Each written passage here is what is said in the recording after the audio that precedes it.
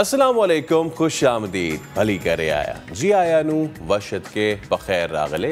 नया दिन के साथ मैं हूँ सैयद फैसल करीम। नया दिन है, नई सुबह है, नए आज़म के साथ हाजिर है। कई मौज़ूआत हम आपके लिए आज भी लेकर आए, लेकिन उससे पहले आज की अच्छी बात। डिग्रीज़ दर हकीकत तालीमी अखराजात की रसीदें ज़ाहिर करती हैं, वरना इल्म तो वही है जो इंसान के अपने अमल से ज़ाहिर हो। आप में से अक्सर लोग मुख्तलिफ जगहों पे इंटरव्यूज़ देने के लिए जाते हैं और वहाँ पे अपनी जब सीवी रखते हैं तो वो आपकी सीवी साइट पे करके आपको ये कहते हैं कि ज़रा ये बताइए कि आपकी जनरल नॉलेज कितनी है। यकीनन अगर सिर्फ डिग्रीज़ देख के ही नौकरी पे रखा जाता तो उनका क्या होता कि जिनके बी ग्रेड या सी ग्रेड आता है, तो फिर आप अपने इल्म में इजाफा करें। डिग्रीज़ तो आती जाती रहती हैं। वैसे किसी ने क्या खूब कहा है कि डिग्री होती है, असली हो या जाली, लेकिन इस पर बिलीव नहीं कीजिएगा, डिग्री असली वाली लीजिएगा। आज के शो में क्या कुछ है वो आपको बताते हैं। मुल्क के मुख्तलिफ इलाकों में बारिश और बर्फबारी हो गई है, सर्दी मज़ीद बढ़ गई। कराची में भी ठंडी हवाएं चल रही हैं और उससे कुछ लोगों को फ्लू भी हो रहा है। आप शायद आवाज़ से अंदाज़ा लगा रहे होंगे अब किस शहर में क्या सूरत हाल है। शो में ये सब आपको बताएंगे। इसके अलावा हर शहर, हर इलाके की कोई ना कोई ख़ास डिश होती है। अब बलूचिस्तान की तहसील विंदर की ऐसी क्या ख़ास डिश है जिसे लोग दूर दूर से खाने आते हैं, आगे चल के आपको ये भी बताएंगे। शो में हम अक्सर मुख्तलिफ बीमारियों पे बात करते हैं, हेल्थ रिलेटेड टॉपिक्स हमारे होते हैं। आज हम बात करेंगे खून के अमराज की। कौन कौन से मरज़ हैं खून के और इन अमराज का इलाज और एहतियात क्या है, इस पे भी हम तफसील से बात करेंगे। इसके अलावा किर्गिज़स्तान में 6 मुल्की ओपन किक बॉक्सिंग मुकाबले में पाकिस्तान ने कामयाबी हासिल की है। 2 गोल्ड और 1 सिल्वर मेडल हासिल कर लिए हैं। शो में आज गोल्ड मेडल से हम बात भी करेंगे। और आज के इस दौर में लड़कियों की परवरिश कैसे की जाए, शो में इस पे भी तफसील से हम बात और भी मौज़ूआत शामिल करेंगे। लेकिन सबसे पहले हम बात करेंगे मौसम की। मुल्क भर में बारिशों और बर्फबारी का सिलसिला जैसे कि आपको पता है कि शुरू हो चुका है। बालाई सयाहती मकामात जो है वो तो जाड़े की लपेट में पहले ही आ गए थे और अब बर्फ़ ने उनको सफ़ेद ढक दिया है। वादी नीलम में बर्फबारी हुई है, मानसेरा के पहाड़ भी सफ़ेद हो गए हैं। आप देख सकते हैं छोटे छोटे बच्चे किस तरीके से बर्फ़ से जी खेल रहे हैं। कागान, नारान, सिरपाई बर्फबारी यहाँ हुई है। और अगर जीबी का रुख करें तो स्कर्दू में दर्जा हरारत जो है वो नीचे जा चुका है, -5। और गिलगित का ज़िला स्तोर यहाँ -4 डिग्री सेंटीग्रेड रिकॉर्ड किया गया है। और मैदानी इलाकों में भी सर्दी का राज जो है वो बरकरार है। तो जैसे कि हमने आपको स्कर्दू का बताया था, सतह समंदर से 8500 फीट बुलंदी पर वाक़ है ज़िला गाछे। स्कर्दू का बड़ा ही खूबसूरत ज़िला है। यहाँ मामूल से हटकर इस साल बर्फ़बारी हुई है। नवंबर के महीने में ही बर्फ़बारी ने लोगों की मुश्किलात में इजाफा कर दिया है। बात करेंगे अपने नुमाइंदे जुल्फ़िकार अली सिद्दीकी से। जुल्फ़िकार, वक्त से पहले यहाँ बर्फ़बारी हुई है? जी बिल्कुल। गिलगित बल्तिस्तान का ज़िला गांचे तकरीबन सतह समंदर से 8500 फीट की बुलंदी पर वाक़ है। यहाँ पर 2 ही मौसम आपको मिलता है, एक सर्द और एक शदीद सर्दी। यहाँ पर इस वक्त शदीद सर्दी का आगाज़ हो चुका है। जो मौसम सरमा का पहला जो बर्फ़बारी है, पहली बर्फ़बारी भी यहाँ पर वक्फे से जारी है। इस वक्त आप मेरे अक़ब में देख सकते हैं कि यहाँ पर ख़िज़ां के रंग यहाँ पर अभी ख़त्म नहीं हुए थे। ख़िज़ां के मौसम यहाँ पर चल रहा था और ऊपर जो पीछे पहाड़ों पर आप देख सकते हैं वहाँ पर शदीद किस्म की बर्फ़बारी इस वक्त, चूँकि ये जो नवंबर के महीने में बर्फ़बारी होना यहाँ के लोगों में थोड़ी सी हैरत पाई जाती है, क्योंकि मामूल के मुताबिक दिसंबर के महीने में ही बर्फ़बारी का आगाज़ होती थी, मगर इस साल बर्फ़बारी चूँकि तकरीबन 1 महीना पहले यहाँ पर हो रही है, तो इस वजह से लोगों में थोड़ी सी हैरत पाई जाती है। इस बर्फ़बारी की वजह से जो यहाँ पर जो राब्ता सड़कें हैं वो यहाँ पर हमें कहीं ऐसी खबर मौसूल रही हुई कि यहाँ पर राब्ता सड़कें मुनक़ता हुई है, क्योंकि जो बर्फ़बारी वक्फे से जारी है, मगर वो हल्की फुल्की बर्फ़बारी है। इस वजह से वो ज़मीन पर ज़्यादा देर टिक नहीं रही। इस वजह से तमाम जो सड़कें हैं वो बहाल है।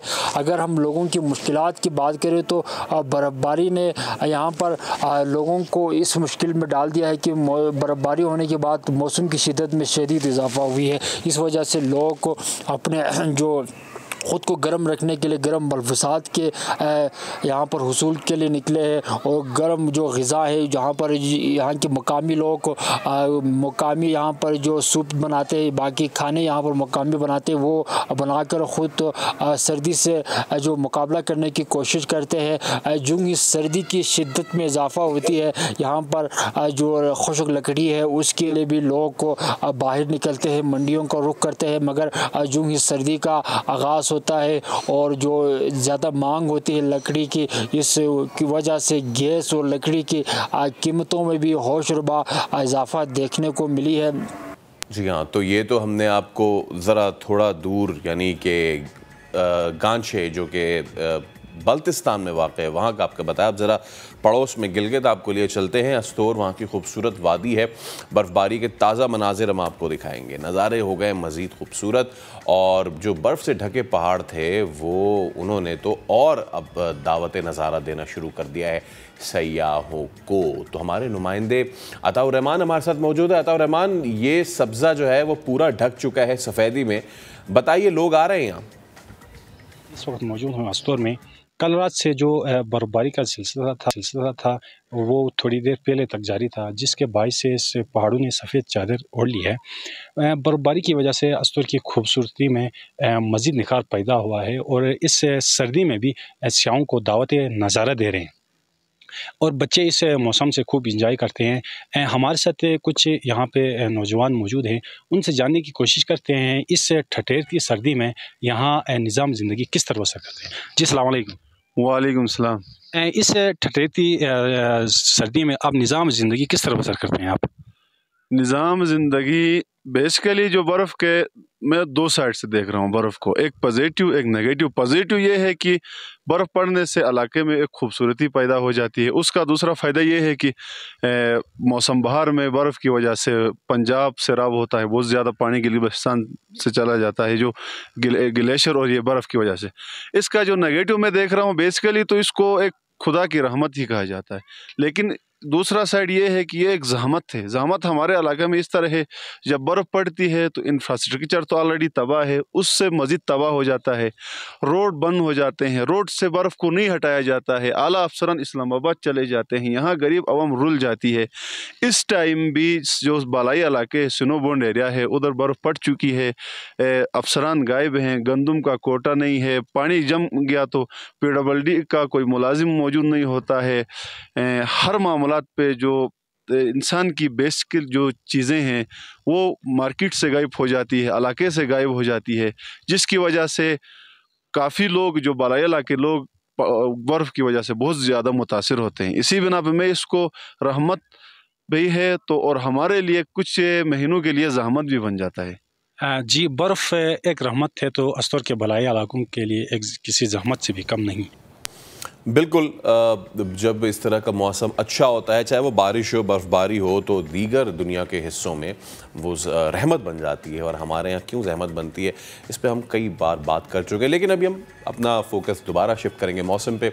और DG मेट सरदार सरफराज साहब हमारे साथ मौजूद है। सरदार साहब अस्सलाम वालेकुम, thank you for your time. Sir, हम ज़रा GB की तो थोड़े से बाद में बात करें, ज़रा कराची की तरफ करें। थोड़े अरसे पहले, हफ्ता पहले जब बारिश एक हल्की सी लहर हुई थी तो रात में खुनकी हुई थी और वो खुनकी फिर चली गई थी, लेकिन आज सुबह से बड़े लोग जो बाइक पे आ रहे हैं वो कह रहे हैं कि यार ये ठंडी हवा चल गई है। तो क्या फाइनली कराची का वेदर सर्दी की जानिब जा रहा है या फिर हम फिर देखेंगे कि दोपहर में हम दोबारा AC चला के बैठे? जी बहुत शुक्रिया। देखिए, कराची में जो बाकायदा सर्दी होती है वो तो दिसंबर में ही जाके शुरू होती है, दिसंबर के दूसरे हफ्ते से अमूमन। लेकिन ये जो जैसे नॉर्दर्न एरियाज़ में चल रही है बर्फ़बारी की आपने दिखाई रिपोर्ट्स, और इसी तरह से बारिश भी बेशतर इलाकों में दूर दूर तक हुई है। KP के बेशतर इलाकों में, पंजाब के भी बेशतर इलाकों में हो चुकी है, कश्मीर में, GB में, और उधर KP में स्वात कलाम और गिलगित बल्तिस्तान स्कर्दू के इलाकों में बर्फ़बारी भी हुई है। तो ज़ाहिर है उस इलाके में ये वेव चल रही है। तो इधर कोयटा और चमन वगैरह में भी हल्की बारिश हुई थी। तो यहाँ पर यानी साउथ में उसकी वजह से अब कोल्ड एयर थोड़ी सी पेनिट्रेट की है, जैसे कराची में आज सुबह से कुछ खुनकी है और ड्राई विंड चली है ज़्यादातर, तो नॉर्थ ईस्टर्ली विंड या नॉर्थ वेस्टर्ली जब चलती है तो थोड़ी सी खुनकी आपको महसूस होती है। तो 1-2 दिन का ही है ये फिनोमेना, कोई मतलब मुस्तकिल सर्दी अभी नहीं है, इसलिए कि मेरे ख्याल में एक और हल्की सी वेव आएगी, फिर शुमाली इलाके जो हैं वही गिलगित बल्तिस्तान और केपी के शुमाली इलाके, उनमें 19 या 20 तारीख को दोबारा से बारिश का एक सिलसिला होगा, 1 या 2 दिन का, कोई इतना लंबा सिलसिला नहीं है, लेकिन दोबारा पहाड़ों पर बर्फबारी होगी और बारिश होगी उधर, तो उसके इन्फ्लुएंस में फिर कराची में भी जो विंड चेंज हो जाती है, जैसे पिछले 2-3 दिन से आपने महसूस किया होगा कि दिन के औकात में जनूब मगरबी हवाएं चलती रही हैं, तो उसकी वजह से फिर आपको थोड़ा सा मौसम दिन में गर्म महसूस होता है, लेकिन रात की खुनकी अब ग्रेजुअली बतदरीज बढ़ती जाएगी। ठीक है, और जैसे कि आपने चले नाम ले लिया जीबी का, तो वहीं सीधा कराची से जीबी चलते हैं। अभी हमारे नुमाइंदे से भी बात हो रही थी, तो अनप्रेसिडेंटेड वेदर से थोड़ा पहले वहाँ पे स्नोफॉल हुआ है, ऑल्दो चले लोगों के लिए बड़ी अच्छी बात है। अगेन सरदार साहब, ये वेदर शिफ्ट है, जैसे कि रेन का वेदर शिफ्ट हमने देखा, तो नवंबर की बर्फबारी वहाँ पे कोई वेदर शिफ्ट है क्या? देखिए, किसी एक इवेंट को वेदर शिफ्ट या क्लाइमेट शिफ्ट, जैसे आपकी अगर मुराद है तो क्लाइमेट चेंज या क्लाइमेट शिफ्ट, उसकी किसी एक सिंगल इवेंट की बुनियाद पे हम नहीं कह सकते, लेकिन ये डिपेंड करता है कि कोई वेव जब आती है, जो वेस्टर्ली हवाओं की एक तरह से लहर आती है, तो वो कितनी डीप होती है। तो ये जो पिछला स्पेल भी गुजरा है उसमें तो कम हुई थी, इस स्पेल में ये अच्छी एक तरह से सिस्टम की डेप्थ अच्छी थी, तो स्नोफॉल हो गई। अमूमन नवंबर में नहीं होती, नवंबर के आखिर में जाके या दिसंबर में फिर हुआ करती है, लेकिन ओवरऑल जो है ये विंटर की फोरकास्ट हमारी वेबसाइट पर भी मौजूद है, 3 महीनों की है, नवंबर, दिसंबर और जनवरी तक। तो ओवरऑल जो है पिक्चर ये है कि मामूल से कम बारिशें हैं, और ज़ाहिर है बारिशें कम है तो बर्फबारी भी कम है, उसके नतीजे में कम ही होगी। नवंबर में तो अलबत्ता ये 2 वेव्स आई हैं और एक आध और हल्की सी है, तो नवंबर तो ठीक किया है, लेकिन आगे दिसंबर ड्राई जाएगा ज़्यादातर। ओके सरदार साहब, मैं आपसे बलूचिस्तान के हवाले से बहुत कीनली इसलिए पूछूंगा क्योंकि आपको भी पता है कि कितनी ज़्यादा डिस्ट्रक्शन हुई थी सिंध बलूचिस्तान में सैलाब की वजह से। बहुत सारे हमारे बहन भाई अभी भी बड़ी तकलीफ़ में और बड़ी परेशानी में हैं। जब हम बात करें बलूचिस्तान के सैलाब मुतासरीन की, कैसा वेदर होने जा रहा है वहाँ पे, ख़ास तौर पे उन इलाक़ों में जहाँ पे काफ़ी डिस्ट्रक्शन हुई थी? देखिए, अगर बारिश और बर्फबारी के हवाले से बात करें तो मैंने आपको बताया ना कि एक बलूचिस्तान में जो पिछला स्पेल था उसमें एक दो जगहों में अच्छी तेज़ बारिश हुई थी, बेशतर जगहों में तो हल्की फुल्की बारिश हुई है, लेकिन सर्दी ज़ाहिर है कि जब अब वहाँ पर शुमाली इलाके जो हैं, ख़ासकर कोयटा, कल्लात हो गया और दूसरा पेशीन, चमन और इस तरह से जो दूसरे पहाड़ी इलाके हैं, ज़ियारत, उन सभी एरियाज़ में सर्दी बढ़ जाएगी बतदरीज। तो जो सैलाब से मुतासरा इलाके हैं, ज़ाहिर है वहाँ पर रात की और सुबह की सर्दी बढ़ जाएगी, लेकिन बारिशों का एज सच कोई इतना बहुत ज़्यादा बारिशों का इम्कान नहीं है आगे। ये जो बलूचिस्तान के लिए तो आगे कोई ऐसी कम से कम 6-8 हफ्ते तक कोई ऐसा ख़ास स्पेल नहीं दिखाई दे रहा, यानी कि निमटा जा सकता है हुकूमती सतह पे, उनको रिहेबिलिटेट मज़ीद किया जा सकता है। बहुत शुक्रिया सरदार सरफराज साहब हमारे साथ मौजूद थे और मौसम की जो हाल है मुझसे आपको आगाह कर रहे थे। कहीं मौसम बहुत अच्छा है, सयाह जो हैं अब वो अपने बैग जो है वो पैक कर रहे होंगे टूवर्ड्स जो हॉलीडे स्पॉट्स हैं, जो वेकेशन स्पॉट्स हैं उनकी जानिब। वहीं दूसरी जानिब आप सबको पता है कि इस साल पाकिस्तान की तारीख़ का one of the most devastating floods आए हैं, उन्होंने तबाही मचाई पूरे पाकिस्तान में, ख़ास तौर पे अंदरून सिंध में और बलूचिस्तान में। आगे चल के शो में हम कोशिश करेंगे आगे आने वाले दिनों में कि हम उन जगहों पे खुद जाएं और जानें कि कितना काम हुआ है वहाँ पे, कितना काम किया है हुकूमत ने या फिर प्राइवेट लोगों ने भी, और वहाँ पे जो सूरत हाल है वो क्या रही है यहाँ पे, और हम ये भी जानने की कोशिश करेंगे कितने उन तक इमदाद पहुँची है और मौसम की सख्तियाँ हैं वो कैसे झेलेंगे। अभी हम दोबारा एक बार फिर मौसम की बात करते हैं। हमारे मुख्तलिफ शहरों से नुमाइंदे हमारे साथ मौजूद होंगे। सबसे पहले अगेन कराची का रुख करते हैं। जीनत हमारी नुमाइंदा हमारे साथ मौजूद है और फरार रब्बानी इस्लामाबाद से। जी, इस्लामाबाद की तो क्या ही बात है, वहाँ तो ज़बरदस्त इस वक्त मौसम हो रहा होगा। तो let me take the lead with Karachi first. Zeenat, आज की सुबह कैसे रही कराची वालों की और कैसा मौसम है इस वक्त? जी बिल्कुल, कराची वालों की सुबह आज खासी खुशगवार रही है। सुबह से ही जो है वो खुनकी है, ठंडी ठार हवाएं चल रही हैं। शहर कायद के वासियों को एक्सपेक्टेशन नहीं थी कि सुबह होते ही उन्हें इस तरह का मौसम मिलेगा, क्योंकि गुज़िश्ता हम 4-5 दिन से देख रहे थे कि कराची का मौसम खासा गर्म था, खुश्क था। सुबह के टाइम भी दर्ज हरारत जो है वो खासा ऊंचा देखा जा रहा था। लेकिन अगर अभी की बात की जाए तो आज रात जो है दर्जा हरारत गुज़िश्ता रात जो है वो दर्जा हरारत 21.5 डिग्री रिकॉर्ड किया गया था। आज दिन में जो दर्जा हरारत रहेगा वो 30 से 34 तक के दरमियान जो है वो रिकॉर्ड किया जाएगा। महकमा मौसमियात ने पहले ही नवीस सुनाई थी कि 15 नवंबर के बाद से जो है वो सर्दियाँ शुरू होंगी और बाकायदा जो है वो हल्की खुनकी जो है वो महसूस की जाएगी। और हमने देखा कि महकमा मौसमियात की पेशगोई जो है वो दुरुस्त साबित हुई है। 35 से 40 किलोमीटर पर घंटे की रफ्तार से हवाएं चल रही हैं। लेकिन एक बात जो है फैसल वो काबिल गौर है कि इस मौसम के शुरू होते ही जैसे खुनकी शुरू हुई है तो कराची का एयर इंडेक्स जो है वो खासा ऊपर देखा गया है। 180 से ऊपर जो है वो एयर क्वालिटी इंडेक्स रिकॉर्ड किया गया है, जिसकी वजह से माहिरीन कहते हैं कि शहरी मास्क का इस्तेमाल करें और बाहर निकलते हुए एहतियाती तदाबीर खुसूसन इख्तियार करें। वो लोग जो एस्थमा के पेशेंट हैं, जिनको सांस की प्रॉब्लम है, वो ज़्यादातर जो है वो मास्क का इस्तेमाल करें। अच्छा पॉइंट रेस किया है, हम यकीनन इससे लीड भी लेंगे और आगे चल के वेदर बॉर्न डिजीज़ पे भी हम बात करेंगे। चले, एक तो आपने हमें हमारे शो के लिए टॉपिक दे दिया, thank you so much for that. हमारे साथ ही रहिएगा। मैं देख रहा हूँ फराह रब्बानी जो हैं वो इस वक्त कोट शोट पहन के, ये हमारे मुल्क की डाइवर्सिटी है। देखें जीनत जो है वो आराम से खड़ी हुई हैं और फराह रब्बानी जो है उन्होंने कोट भी पहना हुआ है और मफलर भी लगाया हुआ है। फराह, है इतनी सर्दी वहाँ इस्लामाबाद में, क्या सिचुएशन है, ज़रा बताइए। फैसल, ये ना पूछे इस्लामाबाद में कितनी सर्दी है भाई। 2 रोज से बारिश हो रही थी, मौसम काफ़ी ठंडा है यहाँ पर। शदीद जो है सर्दी हो रही है। सुबह जब हम उठते हैं तो एक दफ़ा पता चलता है कि यार सर्दी आ गई है इस्लामाबाद में, तो ऐसे कोट और मफलर की ज़रूरत बहुत ज़्यादा पड़ने वाली है। आज तो सूरज मियाँ ने ज़रा शक्ल दिखाई है 2 दिन बाद, तो बहुत अच्छा लग रहा है। महकमा मौसमियात की जानिब से यही कहा गया है कि अब 2 रोज़ बारिश नहीं होगी, मौसम खुश्क रहेगा, सर्द रहेगा, तो एहतियात अपनी लाजमी करनी है। 2 रोज़ के बाद से बारिशों का सिलसिला शुरू होगा। साथ ही साथ उन्होंने ये भी कहा है कि मरी और दीगर इलाकों में बर्फबारी का सिलसिला जो जारी रहेगा। मरी जो लोग जा रहे हैं वो बर्फबारी को तो एंजॉय करेंगे, लेकिन साथ ही साथ एहतियात भी करनी है। ख्याल रखना है कि मरी जाकर कैसे आपने ट्रैवल करना है, गाड़ियों को ऑन रखना है तो कैसे ऑन रखना है, क्या करना है क्या नहीं करना। बाकी शहरी इस मौसम को भरपूर तरीके से एंजॉय करें। जैसे सुबह सुबह ऑफिस जाने का वक्त होता है तो सर्दी जो कि नहीं आ रही थी, अब जब आई है तो लोग इसको एंजॉय करें। इस वक्त भी मैं इस्लामाबाद के खूबसूरत से पार्क में मौजूद हूँ।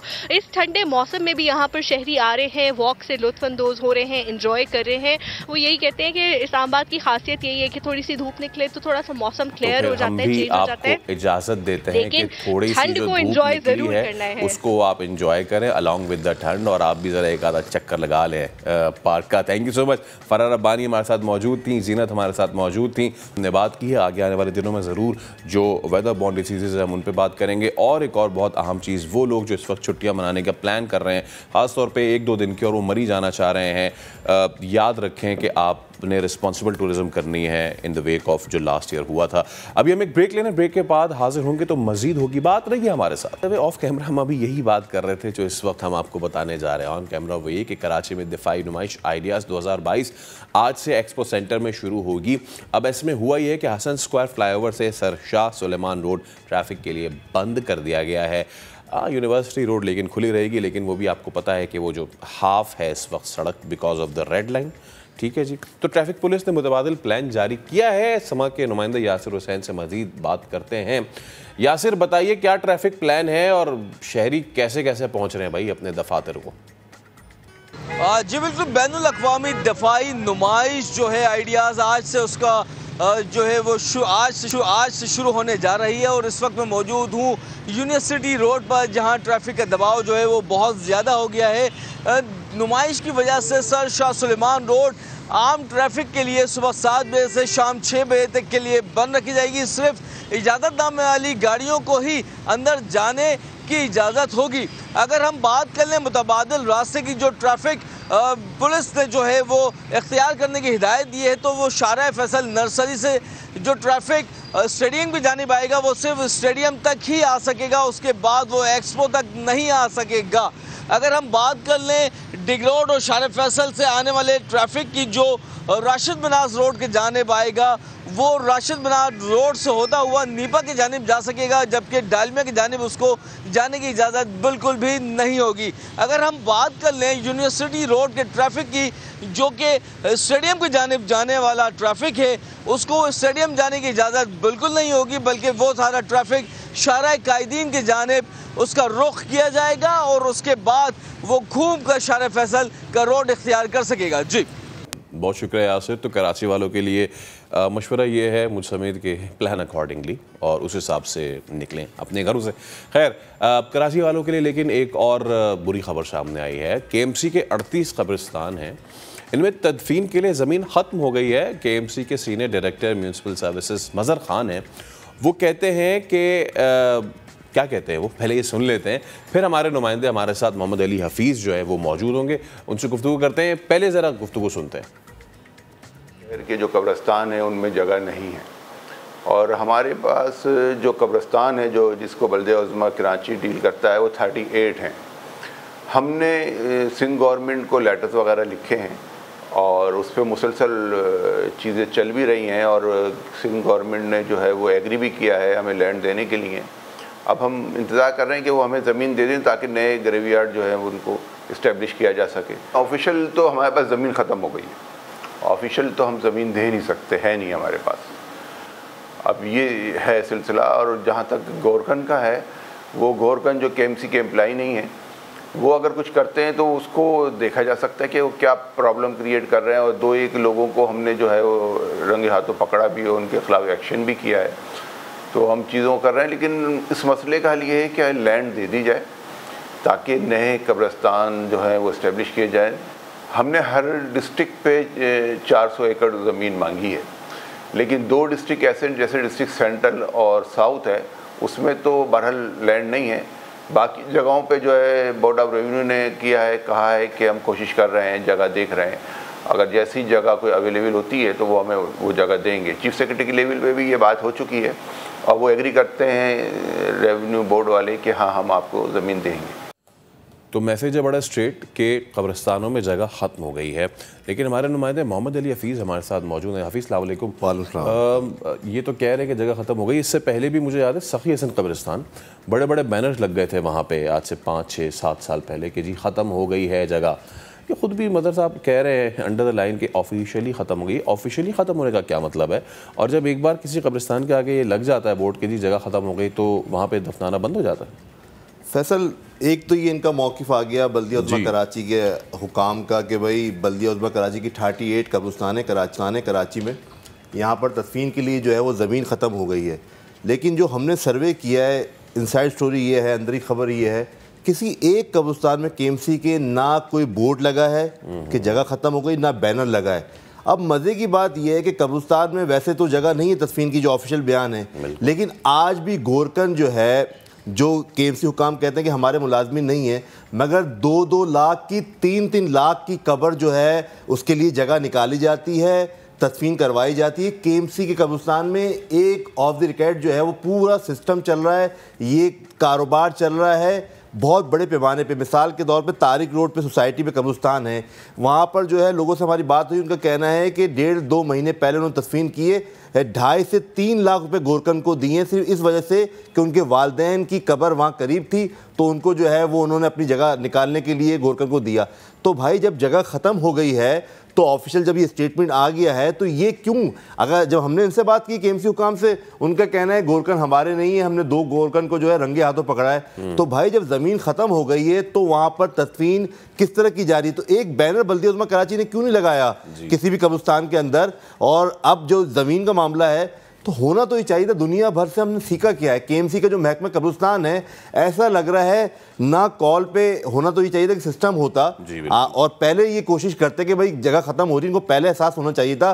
कहते हैं एहसास मसला है, संगीन मसला है, तो पहले काविश करनी चाहिए थी ना, हुकूमत सिंध से पहले ज़मीन मांगनी चाहिए थी। अब जब जगह ख़त्म हो गई है तो कह रहे हैं हर डिस्ट्रिक्ट में हमने जगह मांगी है, जगह कब मिलेगी, नए कब्रिस्तान कब बनेंगे, ये एक अलग मसला है। लेकिन इसका फ़ायदा कौन उठा रहा है? इसका फ़ायदा महकमा कब्रिस्तान में जो हुकाम तैनात हैं केएमसी के अरसे दराज से, वो गोरकन को सरपरस्ती करते हैं और गोरकन कब्रों के जो तदफीन हुई हुई है उसी के ऊपर जो है तदफीन की इतलात भी बड़े शवाहिद के साथ आ रही है, शिकायत भी आ रही है। ख़ुद केएमसी अफसर के कहना है कि 2 हमने गोरकन पकड़े हैं। लेकिन अहम बात ये, कब अराजी मिलेगी नई जगह पे, कब कब्रिस्तान नए बनेंगे? तो ये जो कब्रिस्तान है 38, क्या इनमें कब्रों के ऊपर कब्रें बनाई जा रही हैं? एक चीज़ मुझे समझ में नहीं आई, जो कि मदर साहब ने भी कहा कि जी जो हमारे नहीं है, केएमसी के अंडर नहीं है, वो ये काम करते हैं। कब्रिस्तान केएमसी के अंडर है सर, कब्रिस्तान केएमसी के अंडर है। जी। अगर वहाँ पे कोई इस तरह की चीज़ हो रही है तो केएमसी कार्रवाई नहीं करेगा, चाहे वो आपके अंडर काम करें या ना करें। सबसे बड़ी बात ये कि एक आराम से इन्होंने हाथ खड़े कर दिए केएमसी हुकाम ने कि भाई कि वो गोरकन जिम्मेदार है। कैसे जिम्मेदार हैं? आपकी लैंड है, आपकी कब्रिस्तान है 38, इसके अलावा जो दीगर हैं वो दीगर अंजुमनों के हैं, फलाई इदारों के हैं, वो उनकी जिम्मेदारी है। लेकिन अगर आप बात कर लें शहर के मोहम्मद शाह कब्रिस्तान, सकी हसन कब्रिस्तान, सोसाइटी कब्रिस्तान, मॉडल कॉलोनी कब्रिस्तान, कोरंगी कब्रिस्तान, ये तो केएमसी के हैं ना, केएमसी यहाँ की जिम्मेदार है ना। तो भाई बोर्ड क्यों नहीं लगाया आपने? क्यों जो है शहरी जब अंदाज़ा मैयत होती है, इंतकाल होता है, तो यहाँ रब्ता करते हैं? आपके ऑफिसर्स होना चाहिए यहाँ पर। होना तो ये चाहिए था कि मोबाइल कॉल पे एक नंबर होना चाहिए था, एक नंबर होना चाहिए था कि भाई यहाँ पर कंप्लेन पर रब्ता करते कबर के लिए। लेकिन वो रब्ता तो जब करेंगे जब जगह होगी। अब जगह इन्होंने मांगने में सुस्ती की है, केएमसी की ये मामला है, तो लाल से काम लिया। हाँ, बस ये सूरत है। बहुत शुक्रिया अली हफीज़। तो ये सेगमेंट जो है, इस शायर जो इस हवाले से शायद फरमाता होगा, अब तो घबरा के कहते हैं कि मर जाएंगे, मर के भी चैन ना पाया तो किधर जाएंगे। ये सूरत हाल है कि बैक ऑफ द रिकॉर्ड ये हो रही है बातें कि 2.5 लाख जो है वो देने पड़ रहे हैं अपने प्यारों को दफनाने के लिए। बार उस वक्त फिट बैठता है जब हमारे लोग नामसाइद हालात के बावजूद गोल्ड मेडल्स जो है वो लेकर आते हैं, ख़ासतौर पे स्पोर्ट्स की फील्ड में। Kyrgyzstan open kick boxing festival में पाकिस्तानी खिलाड़ियों ने शानदार कारकर्दगी दिखाई और 6 मुल्क की किक बॉक्सिंग मुकाबले में पाकिस्तान ने 2 गोल्ड और 1 सिल्वर मेडल अपने नाम किया। पाकिस्तान के सैयद मोहम्मद ने काज़ाकिस्तान के खिलाड़ी को हराया, गोल्ड मेडल जीता। नसीबुल्लाह खान ने किर्गिस्तान के खिलाड़ी को हराकर गोल्ड मेडल अपने नाम किया और अब्दुल लतीफ़ खान ने सिल्वर मेडल अपने नाम किया। आज हमारे साथ गोल्ड मेडलिस्ट सैयद मोहम्मद और नसीबुल्लाह खान, इसके अलावा पाकिस्तान किक बॉक्सिंग फेडरेशन के सदर समीउल्लाह काकड़ मौजूद हैं। हम इन तीनों को जो है वेलकम करते हैं। आपको गोल्ड मेडल जो है वो बहुत बहुत मुबारक हो। सबसे पहले समीउल्लाह काकड़ साहब, कैसा फील कर रहे हैं आप बतौर बोर्ड के एक हेड के? Thank you so much. बिस्मिल्लाहिर्रहमानिर्रहीम। सबसे पहले मैं अल्लाह ताला का मशकूर ममनून हूँ। इसके बाद मैं समा न्यूज़ के तमाम टीम का बेहद मशकूर ममनून हूँ कि आपने मैं इस काबिल समझा और हमें इनवाइट किया। जी अल्हम्दुलिल्लाह, मैं बड़ा फ़ख्र महसूस कर रहा हूँ। जैसे आप जानते हो कि किक बॉक्सिंग में पाकिस्तान का एक नाम है और इतने बड़े इवेंट में जहाँ पे 6 ममालिक, किर्गिस्तान जैसे, रशिया जैसे, उसके आसपास ममालिक, आपको पता है कि किक बॉक्सिंग में इसके माने हुए लोग हैं।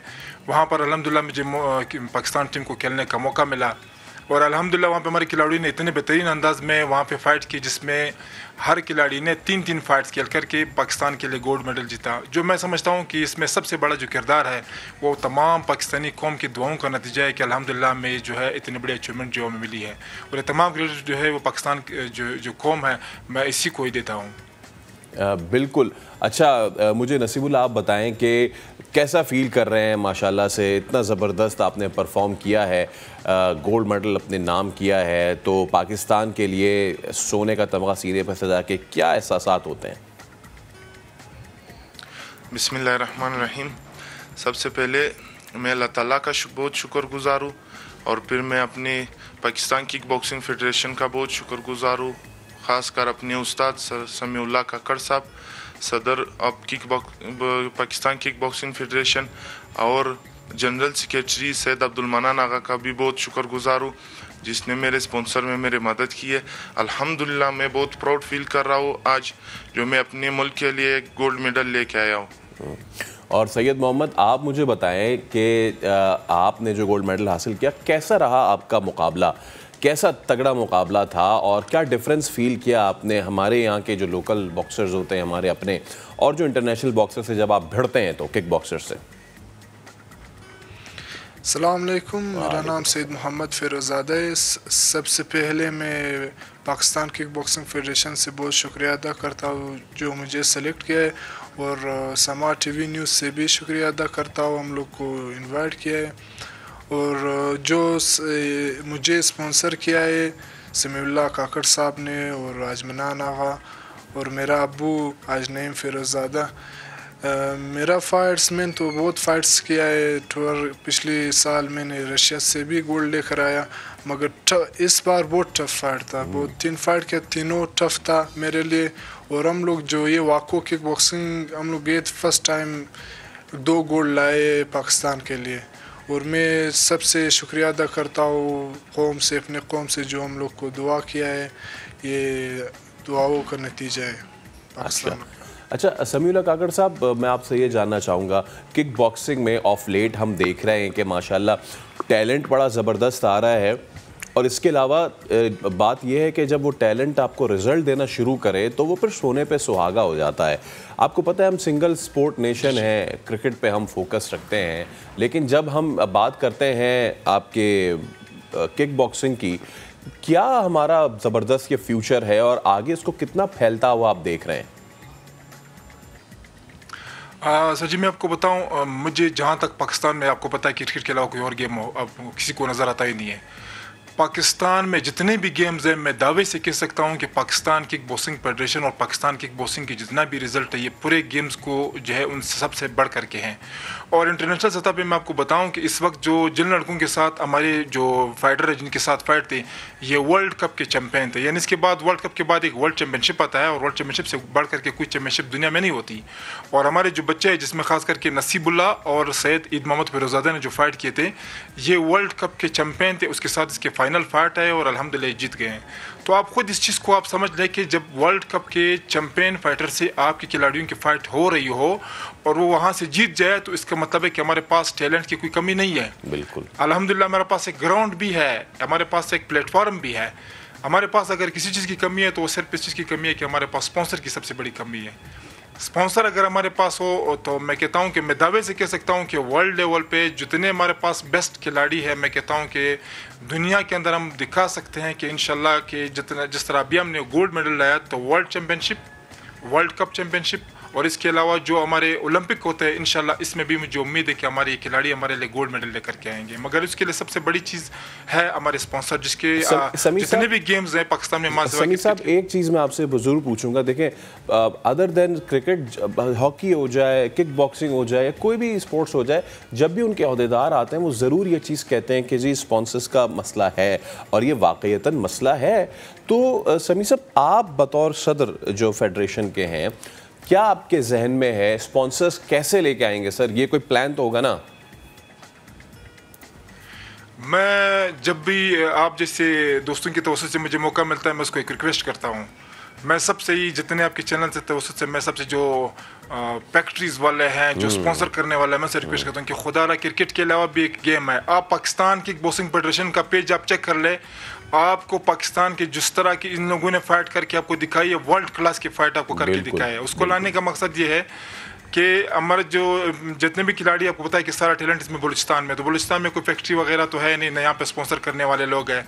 पिछले साल भी मुझे जब मैं आया था तो मैं रशिया मॉस्को से गोल्ड मेडल मैं लेकर के आया था मेरे खिलाड़ियों ने। तो वहाँ पे मुझे पाकिस्तान स्पोर्ट बोर्ड से, ओलंपिक से, बलूचिस्तान के सीएम से बहुत से लोगों ने कॉल की, इंटरव्यूज हमारे हुई, वहाँ के साथ बैठ करके हमने बात की।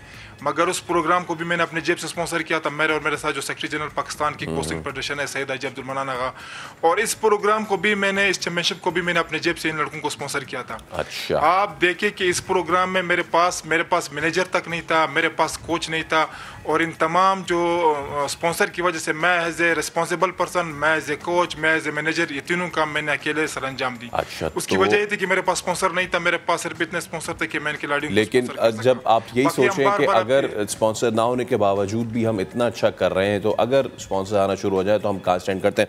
बहुत शुक्रिया आप तीनों का। समीउल्लाह काकड़ साहब हमारे साथ मौजूद, नसीबुल्लाह खान और सैयद मोहम्मद हमारे साथ मौजूद थे। खून से जुड़े अमराज पाकिस्तान में बड़े पैमाने पर फैलने लगे हैं। जहां एक जानिब मासूम बच्चे थैलेसीमिया का शिकार होते हैं, वहीं ख़वातीन भी खून से जुड़ी बीमारियों में मुब्तला हैं। और इवन ये हमारी मर्द हो या ख़वातीन हो, दोनों में यकसा ये मर्ज़ जो है वो हेरिडिटरी यानी कि मौरूसी भी पाया जाता है और फिर लोग उसको डेवलप भी कर लेते हैं। तो पाकिस्तान में इसकी शरह क्या है और इन बीमारियों से कैसे बचा जा सकता है? क्या वाकई बचा जा सकता है या फिर मामलात जो है वो हमारे हाथ से आगे निकल चुके हैं? इसके लिए आज हमने मदऊ किया है। हमारे साथ मौजूद हैं मेडिकल डायरेक्टर NIBD और consultant haematologist doctor Munira Burhani साहिबा। डॉक्टर साहबा अस्सलाम वालेकुम। Thank you so much for your time. बहुत ही अहम ये मौजू है। लोग जो है हमारे मुल्क में वैसे ही सेहत पे अपनी इतनी तवज्जो देते नहीं हैं, जो कि अगर बेसिक हो। अब ये तो फिर एडवांस लेवल की चीज़ें हैं ना, तो हमने इसीलिए आज कोशिश की कि हम लोगों में ये अवेयरनेस फैला सकें कि अगर तो इस तरह की कोई चीज़ आपको है या इस तरह की चीज़ आपकी फैमिली में है तो आप कैसे उससे बच सकते हैं या उसको पहले से स्क्रीन कैसे कर सकते हैं। तो मैम बताइए, पाकिस्तान में जब हम स्पेसिफ़िकली बात करें, कौन से वो खून के अमराज हैं जो बहुत कॉमन है? शुक्रिया बहुत बहुत। अच्छा, मैं सबसे पहले ये बताऊं कि हमारे मुल्क में जो मोस्ट कॉमन ब्लड डिसऑर्डर्स है उसमें सबसे ज़्यादा न्यूट्रिशनल डेफिशिएंसी बहुत कॉमन है, जिसमें आयरन डेफिशिएंसी एनीमिया है, मेगालोब्लास्टिक एनीमिया यानी विटामिन्स की कमी। क्योंकि हमारे यहाँ इतना ज़्यादा सेहत पे फोकस नहीं होता, हेल्थ पे इतना फोकस नहीं है, तो इस वजह से ये न्यूट्रिशनल डेफिशिएंसीज़ बहुत ज़्यादा कॉमन है ब्लड डिसऑर्डर्स में। फिर हम इनहेरिटेड की बात करें, जिसको हम मौरूसी ब्लड डिसऑर्डर्स कहते हैं, उसमें most common is the thalassemia. Thalassemia की शरह पाकिस्तान में जो कैरियर रेट है अराउंड 5 to 7% है, ठीक है। और दूसरा ये कि हमारे यहाँ कोई स्क्रीनिंग नहीं होती, इनहेरिटेड ब्लड डिसऑर्डर्स के लिए कोई स्क्रीनिंग नहीं है। हम ज़्यादा से ज़्यादा कोशिश तो यही करते हैं कि अवेयरनेस पैदा करें ताकि शादी से पहले ये सारी चीज़ें हों, ताकि इस बीमारी को रोका जा सके। क्योंकि रोकना आसान है बनिस्बत इलाज करने के। इलाज में ज़ाहिरी बात है, एक माँ बाप की जितने परेशानी होती है वो आप सोच सकते हैं कि ब्लड अरेंज करना कितना मुश्किल है। हर दफ़ा, एक दफ़ा की बात नहीं है, बार बार उनको ब्लड लगाना है बच्चे को थैलेसीमिया की वजह से, तो वो बहुत मुश्किल है। इमोशनल स्ट्रेस है, फैमिली स्ट्रेस है, फिर दूसरा फाइनेंशियल, बहुत सारे इश्यूज़ हैं। फिर तीसरी चीज़ है कि ब्लड हर दफ़ा मिलना बहुत ज़्यादा मुश्किल होता है। फिर हमारे ब्लीडिंग डिसऑर्डर्स भी बहुत ज़्यादा कॉमन है, जिसको हम इनहेरिटेड ब्लीडिंग डिसऑर्डर्स कहते हैं, जैसे हीमोफीलिया है, वॉन विलिब्रेंट डिजीज़ है, रेयर ब्लीडिंग डिसऑर्डर्स है, जो ख़ास तौर पर आपस की फैमिली मैरिजेस की वजह से पाकिस्तान में ज़्यादा कॉमन है एज़ कम्पेयर टू जो दुनिया भर में। सही, ठीक है। इसके अलावा फिर अगर हम एक्वायर्ड ब्लड डिसऑर्डर्स की बात करें जो बाद में होते हैं, उसमें aplastic anaemia is very common in Pakistan. Aplastic anaemia का एक वो वेरिएंट भी अवेलेबल है जो इनहेरिटेड है, यानी वो मौरूसी है। तो इन सब ब्लड डिसऑर्डर्स के लिए ज़रूरी है कि प्रॉपर डायग्नोसिस हो। जिस तरह हम ब्लड कैंसर्स में कहते हैं कि जितना अर्ली डायग्नोसिस होगा इतना जल्दी क्योर हो सकता है, सेम चीज़ इस ब्लड डिसऑर्डर्स में है कि जितना आप प्रॉपरली और अर्ली डायग्नोसिस करेंगे इतना जल्दी आसान है उसको ट्रीट करना और क्योर करना। अच्छा, हम जो देखने वाले हैं हमारे, उनके लिए थोड़ा सा अगर आसान कर दें, एनीमिया वो मैम कंडीशन है जिसमें जो रेड ब्लड सेल लाल खून की कमी वो कम होना शुरू होता है। हीमोफीलिया इज़ ब्लीडिंग डिसऑर्डर जिसमें जो कोगुलेशन के फैक्टर्स होते हैं उसकी डेफिशिएंसी होती है, और ये मौरूसी है। अच्छा, अब मैं ज़रा मैम कुछ ख़वातीन की मैं ज़रा बात करना चाहूँगा। ख़वातीन जो हैं शादी होती है तो फिर एक्सपेक्ट करती हैं, और जो हमारी हामला ख़वातीन होती हैं उनके लिए ये कितना ज़रूरी है कि जहाँ वो दीगर चीज़ों का ख्याल रख रही हैं, वहीं अगर तो एक तो पहली बात उनकी फ़ैमिली हिस्ट्री है, दूसरी बात अगर उनकी फ़ैमिली हिस्ट्री नहीं भी है तो वो अपनी ये वाली जो ब्लड डिजीज़ वाली स्क्रीनिंग है वो ज़रूर कराएं। ये कितना इम्पॉर्टेंट है? ये बहुत इम्पॉर्टेंट है, और ये कोई बहुत ज़्यादा महंगा नहीं है। आप सिंपल एक ब्लड टेस्ट करवाते हैं जिसको हम CBC कहते हैं। एक सिंपल ब्लड टेस्ट है जिससे पता चल जाता है कि हीमोग्लोबिन ठीक है या नहीं है।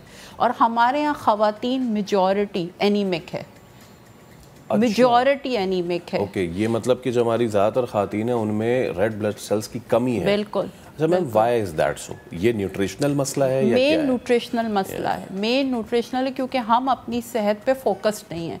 हम दूसरी चीज़ों पे तो फोकस्ड हैं, चीज़ें यानी बाज़ार जाना है, ये करना है, वो करना है, लेकिन हम अपना हेल्थ को बिल्कुल भी निगलेक्ट कर देते हैं। एक सिंपल आप ब्लड टेस्ट करवाएं और अगर कोई अलामात हैं तो आप फ़ौरन उसको जाके डॉक्टर से रुजू करें और सही डॉक्टर के पास जाएं जो उसका प्रॉपर इलाज हो सके। अगर हम टाइमली ये चीज़ों को मैनेज कर लें, ये तो सारी क्योर होने वाली चीज़ें हैं। एग्जैक्टली।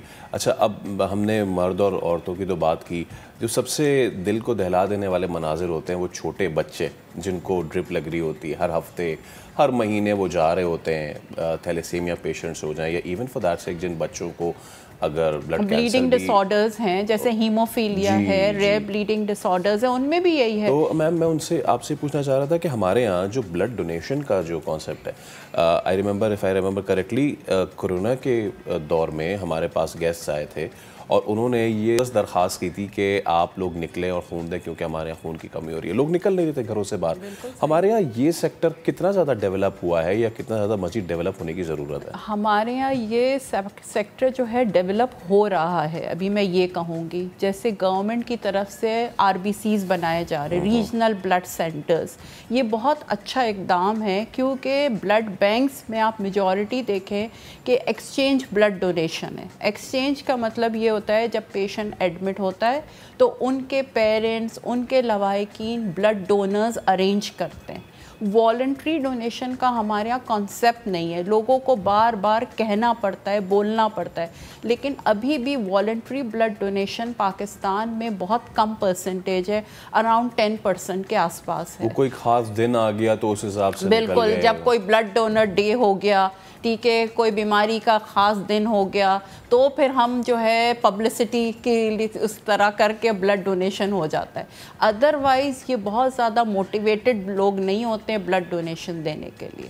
मैम, जब भी बीमारी की बात करते हैं हम तो सबसे पहले हमारे जहनों में ख़र्चा आता है, ठीक है ना? CBC का तो इतना खर्चा नहीं है, वो तो आप जाएं ब्लड काउंट करा लें, वो तो इजी पीजी है। ब्लड रिलेटेड जो डिजीज़ है पाकिस्तान में, वो कौन सी ऐसी हैं कि जिनका क्योर बड़ा महंगा है? देखिए, मेरा सिंपल सी बात ये होती है, अगर आप टाइमली डिजीज़ को पकड़ लें, उसको पिक कर लें, डायग्नोस कर लें, तो क्योर भी आसान होगा। लेकिन जितना हम डिले करते हैं चीज़ों को लेके इधर से उधर घूमते रहते हैं, तो वो इतनी कॉम्प्लिकेटेड हो जाती है। ज़ाहिरी बात है, जब कॉम्प्लिकेटेड होती हैं तो पेचीदगियाँ होती हैं और उसका जो है ख़र्चा भी बढ़ता है, आउटकम भी बुरा होता है। इन शॉर्ट बात ये है, चीज़ें महंगी ज़रूर है। जैसे बोन मैरो ट्रांसप्लांट है, अगर आप बोन मैरो ट्रांसप्लांट डायग्नोसिस के फ़ौरन करवा लें, अर्ली जितना हो जाए, तो उसका ख़र्चा कम आएगा। लेकिन जितना हम डिले करते रहेंगे, उसको लेते रहेंगे, तो उसका आउटकम भी कम होगा, ख़र्चा भी ज़ाहिर बात है ज़्यादा आएगा बिकॉज ऑफ कॉम्प्लिकेशंस। वैसे तो अल्लाह ताला सबको बीमारियों से महफूज रखे, लेकिन कहा यह जाता है कि अगर तो खुदा ना खास्ता आपके नसीब में कैंसर लिखा है, खुदा ना खास्ता खाकम बदन, तो आपको जो है वो ऊपर कहीं किसी हिस्से में हो जाए जो कि रिमूवेबल हो और अर्ली स्टेज का हो। Blood cancer is I guess the one of the worst types. तो ब्लड कैंसर तो जाहिर बात है, ब्लड हर जगह इंसान के जिस्म में, आप किसी एक जगह पिन पॉइंट नहीं कर सकते कि यहाँ होगा, मुंह पे होगा या यहाँ होगा। Blood is like I think like गाड़ी जैसे पेट्रोल होती, इस तरह इंसान सरवाइव नहीं कर सकता ब्लड के बगैर, यानी ज़िंदगी ब्लड से है जुड़ी हुई, ठीक है। तो जितना ब्लड के टेस्ट से आप उसको डायग्नोसिस कर सकते हैं, एक सिंपल CBC का टेस्ट होता है जिस पे हम पिक कर लेते हैं कि इस पेशेंट को आगे क्या टेस्ट करने की ज़रूरत है। लेट्स सपोज कि वो ब्लड कैंसर है, तो फिर हम उसको बोन मैरो बायोप्सी एडवाइस करते हैं फॉर द डायग्नोसिस, और डायग्नोसिस उस पे हो जाता है बोन मैरो बायोप्सी के ऊपर। और ये डे इन प्रोसीजर है, वॉक इन होता है, कोई उसके लिए फास्टिंग की या कोई प्रिपरेशंस की ज़रूरत नहीं होती है। अनटिल एंड अनलेस कोई बच्चा हो जो हमारे कमांड्स को फॉलो ना कर सकता हो, तो उसमें हमें इश्यूज़ आते हैं, तो उसको बेहोश करके छोटी सी बेहोशी दे के हमें बोन मैरो बायोप्सी करनी पड़ती है। अच्छा, मैं दोबारा फोकस शिफ्ट करूंगा ब्लड डोनेशन की जानिब। पुराने मतलब लेट 80s में जिस वक्त माएँ बच्चों को जन्म दे रही होती थी, उस वक्त शायद इतना कॉन्सेप्ट नहीं होता था कि जी ब्लड ग्रुप मैच करके आप करें, या उस वक्त तो पता है बड़ी औरतों ने उसके बाद इस चीज़ के बाद ऐसी डिजीज़ कैरी की हैं, और वो आज कहती हैं कि देखो अगर उस वक्त मैं सही खून चढ़ जाता तो ये मसला नहीं होता। मैं चाहूँगा हमारे प्लेटफॉर्म की तवज्जो से आप लोगों को ये अवेयर करें कि अगर आप ब्लड देने जा रहे हैं तो अब खुदा न खास्ता कमी नहीं हो रही है आपके खून में, इट्स हेल्थी। ये हेल्थी कैसे है? दूसरा ये कि देखिए, ब्लड अल्लाह ताला ने हमारे जिस्म में ऐसी सलाहियत रखी है कि हर 2-3 महीने में नया खून बन जाता है जी। और बच्चों में तो जल्दी बनता है, ठीक है, बड़ों के मुकाबले में। तो जो हमारा ब्लड डोनेशन का जो क्राइटेरिया है उसमें यही है कि 18 साल से अबव लोग हों, जिनका वेट प्रॉपर हो, इनकी हीमोग्लोबिन अपनी नॉर्मल रेंज में है, वो 12.5 ग्राम्स पर डेसीलीटर हो, और वो हेल्दी हो, किसी ऐसी मेडिसिन पे ना हो जिसकी वजह से ब्लड डोनेशन इफ़ेक्टेड हो, तो हम उन सब का ब्लड ले सकते हैं, ठीक है। और ब्लड डोनेशन एक हेल्दी अमल है।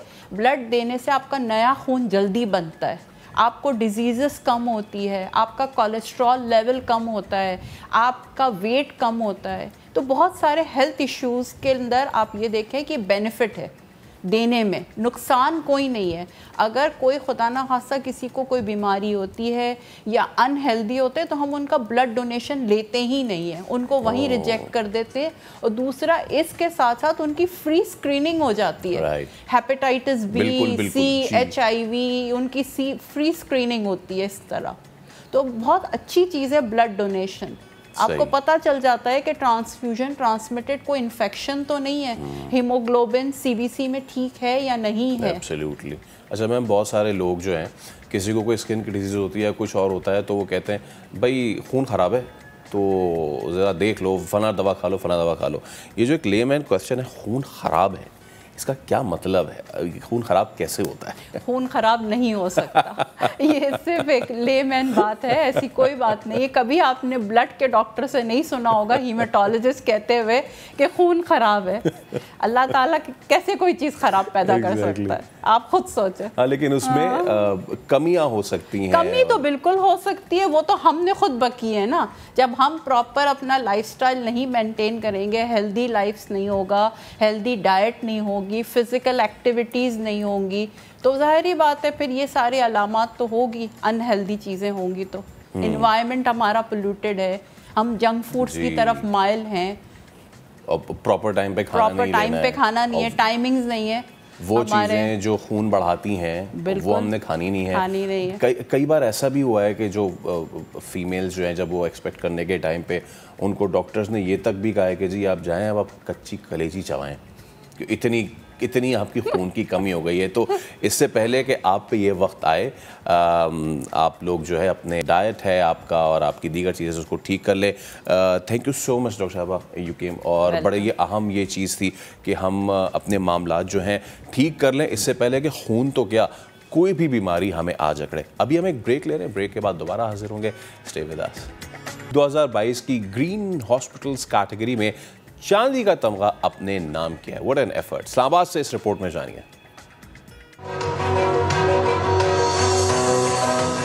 IHF के ज़ेर एहतमाम ग्रीन हॉस्पिटल्स अवार्ड फराहमी 2022 की तकरीब दुबई में मुनक़िद हुई। आगा खान हेल्थ सर्विस पाकिस्तान ने अशिकागा निकन एक्सीलेंस अवार्ड कैटेगरी में चांदी का तमगा अपने नाम कर लिया। Winning the silver award for their project commitment to achieve net zero by 2030 is Aga Khan Health Service.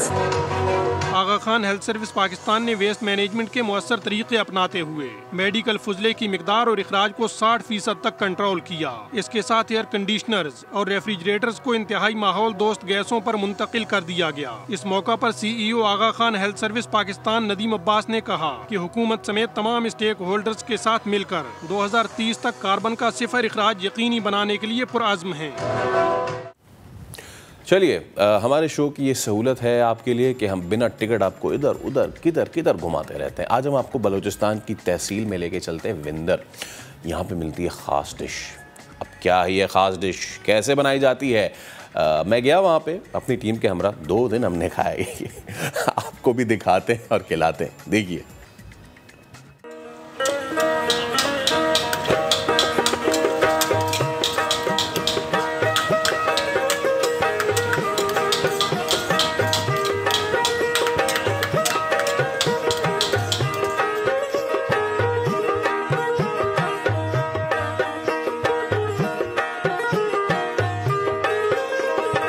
आपने आज तक होटलों में बहुत सारी डिशेस खाई होंगी।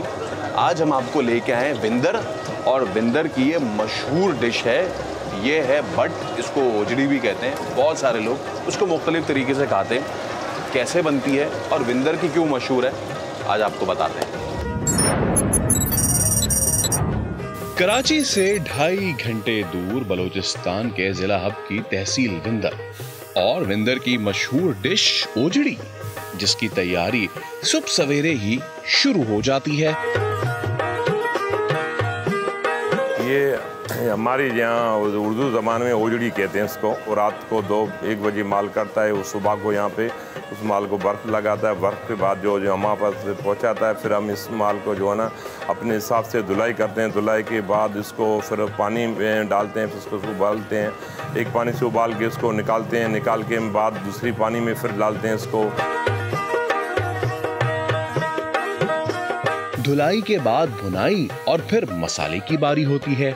फिर इसके ऊपर से प्याज डालते हैं, फिर इसके बाद टमाटर, हरी मिर्च और दूसरे जो मसाले, गर्म मसाले हैं, इलायची हैं वगैरह, ये जितनी भी हैं, बड़ी इलायची, छोटी इलायची, इसके जो है ना हमारा कारीगर होता है उसको बुनाई करता है। बुनाई कर करके इसकी जो है ना अच्छी तरह की इसकी जायका बना के फिर इसको जो है ना हम लोग आपसे साथ में बेचते हैं। लोग भी इसे बड़े शौक से खाते हैं। कई यहाँ पे आते हैं, इस्लामाबाद के लोग आते हैं, एक दफ़ा उनको डिश देते हैं। अच्छे अच्छे वजीर आते हैं, वो भी खाते हैं। यहाँ लोग जो ना कुंड मलीर से भी आते हैं, सही ना, वो कोयटा भी जाते हैं, मगर यहाँ रुक कर यहाँ ओजरी खा के फिर जाते हैं, सही ना। जितने भी बहुत लाहौर से भी लोग आते हैं ओजरी खाने के लिए। बहुत से लोग आते हैं कराची से इधर आते हैं खाने के लिए, बल्कि कोयटा से इधर आते हैं खाने के लिए। बहुत मशहूर ओजरी हमारा। सुबह से दोपहर और फिर शाम हो जाती है, लेकिन विंदर की ये रौनक यूं ही बरकरार रहती है। तो ये जो जबरदस्त डिश बनाते हैं, अलमदीन साहब हमारे साथ मौजूद। अलम साहब अलैकुम। जी, हम सब कैसे हैं? खैर से? अल्लाह का शुक्र, दुआ है। अच्छा, कब से बना रहे हैं ये? जी 2000 से बना रहे हम। 2001 में शुरू किया हमने। अच्छा, अभी 2022 21 साल हो गए इसको ओजड़ी को। 21 साल हो गए इंशाल्लाह। लोग कहाँ से आते हैं खाने? बड़ी दूर से आते हैं। हमको जिधर भी जम जाता है ना ओजड़ी वाले होटल से, हमको हर कोई पहचानता है। कोई तो जावे, कराची जावे। अच्छा, ओजड़ी के नाम से मशहूर है। कैसे बनाते हैं? इसमें क्या क्या मसाले डालते हैं, क्या कुछ होता है? इसमें कढ़ाई मसाला डालते हैं, मेथी डालते हैं, साबित धनिया डालते हैं, और इसमें ऊपर से मलाई मारते हैं दूध की। क्या बात है जी, दूध की मलाई डालते हैं। तो अब ज़रा हमने बनाने का तो देख लिया, अब ज़रा कुछ चख के भी देख लें। चलो जी, आजा चख के देख लें।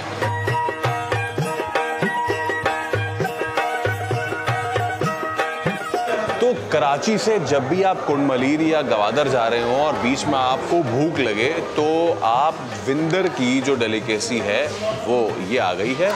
और भाई बहुत शुक्रिया। ये अब मैं आपको ज़रा टेस्ट भी कर लेता हूँ। हाँ, तो विंदर की लोकल डेलिकेसी है ये। इसको यहाँ की ज़बान में ओजड़ी कहते हैं और कराची में बट कहते हैं। बहुत सारे लोग खाते हैं। तो अब मैं ज़रा देखता हूँ कि इसका टेस्ट कैसा है।